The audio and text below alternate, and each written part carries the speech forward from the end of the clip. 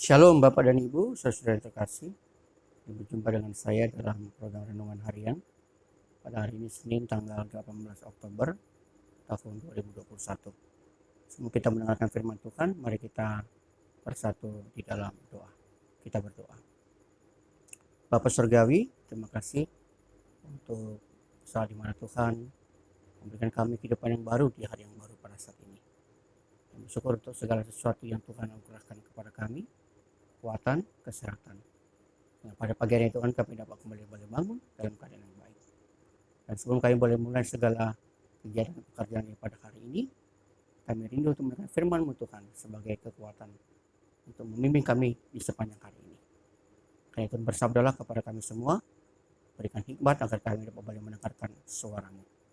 Di dalam nama Tuhan kami, Yesus Kristus, kami sudah berdoa. Amin.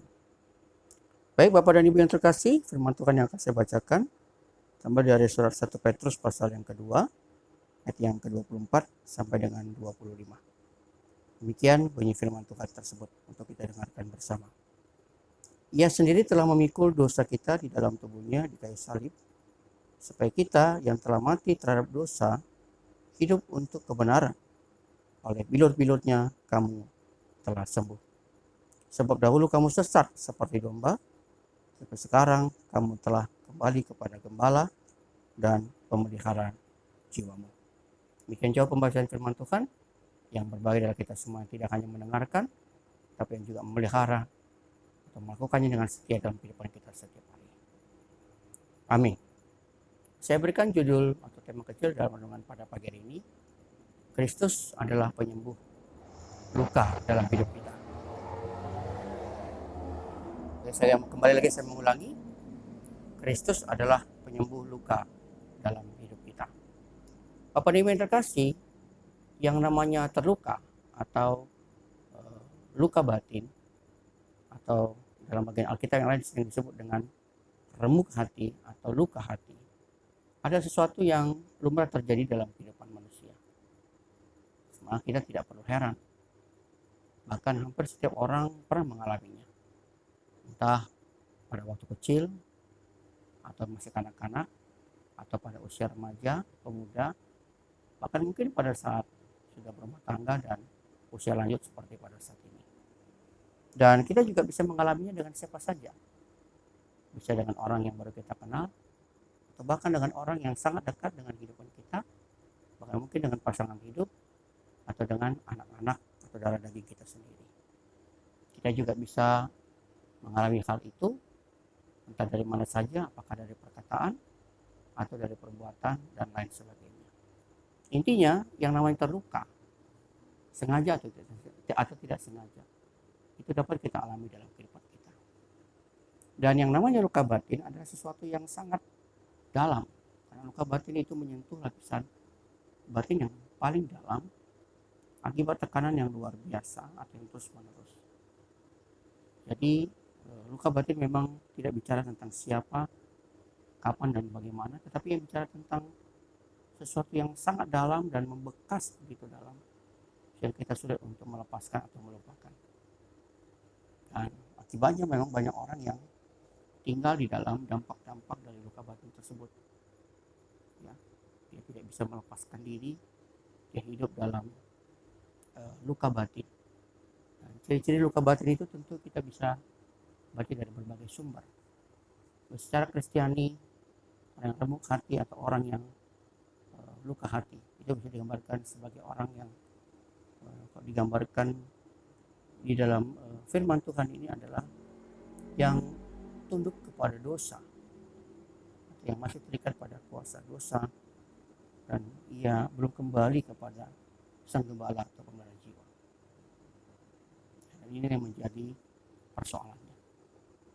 Apakah Bapak Ibu salah seorang dari itu? Tentu hanya Bapak Ibu yang dapat menjawab.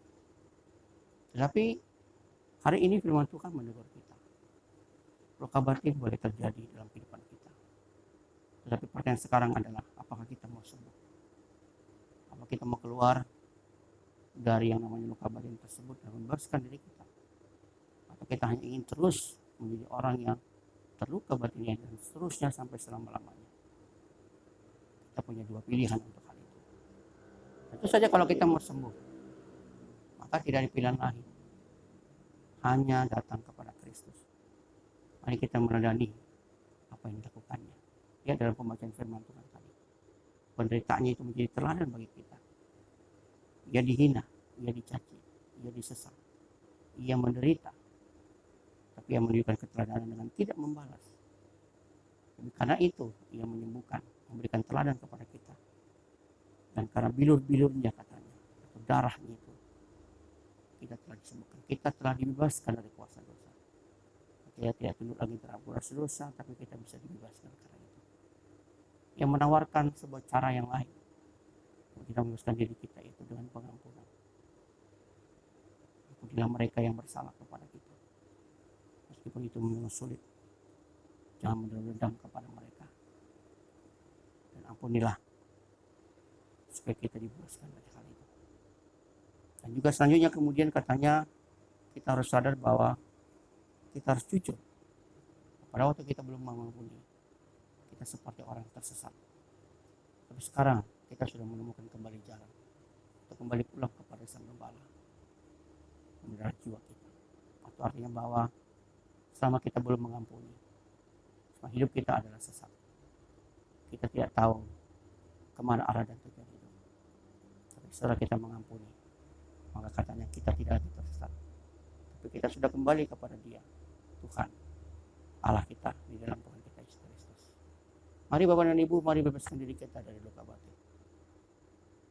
Hanya dapat kita lakukan kalau kita meminta kekuatan datang kepada Tuhan di dalam Yesus Kristus, meneladani penderitaannya, dan sungguh-sungguh mengakui dengan jujur untuk kembali kepada Dia sebagai Gembala dan pemelihara jiwa kita. Firman Tuhan pada waktu sungguh-sungguh dapat kita mengerti dan dapat kita lakukan dalam kehidupan kita setiap hari. Amin. Kita kembali bersatu dalam doa. Bapa di surga, terima kasih untuk firman Tuhan yang telah kami dengarkan bersama pada pagi hari ini. Kami percaya Engkau berkata-kata di tengah-tengah kami.